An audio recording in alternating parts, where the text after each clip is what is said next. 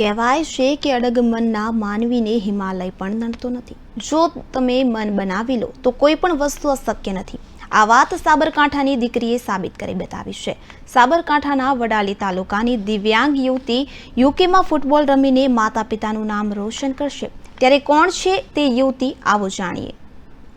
ગામની વતની નિરમા જન્મથી જ અંધ છે।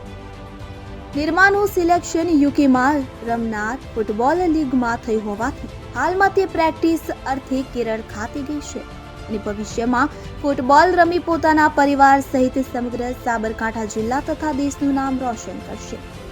નિરમાના પરિવારની વાત કરીએ તો પરિવારમાં માત્ર તેમના માતાને નિરમા જ છે। તેમના મોટા બહેનના લગ્ન થઈ જવાથી તેઓ હાલ સાસરીમાં રહે છે। નિરમા મારી છોકરી છે। નિરમાને મેં મજૂરી મહેનત કરીને બનાવી છે, લોકોના ભાગ રાખીને બનાવી છે। એના પપ્પા બે અઢી વર્ષથી ઓફ થઈ ગયા છે, તો આ રીતે મેં ઘણી તકલીફ વેઠીને ગામનો ખૂબ સહારો છે ને એમ મજૂરી કરીને બનાવી છે, તો નિરમાને સાથ સહારો આપજો।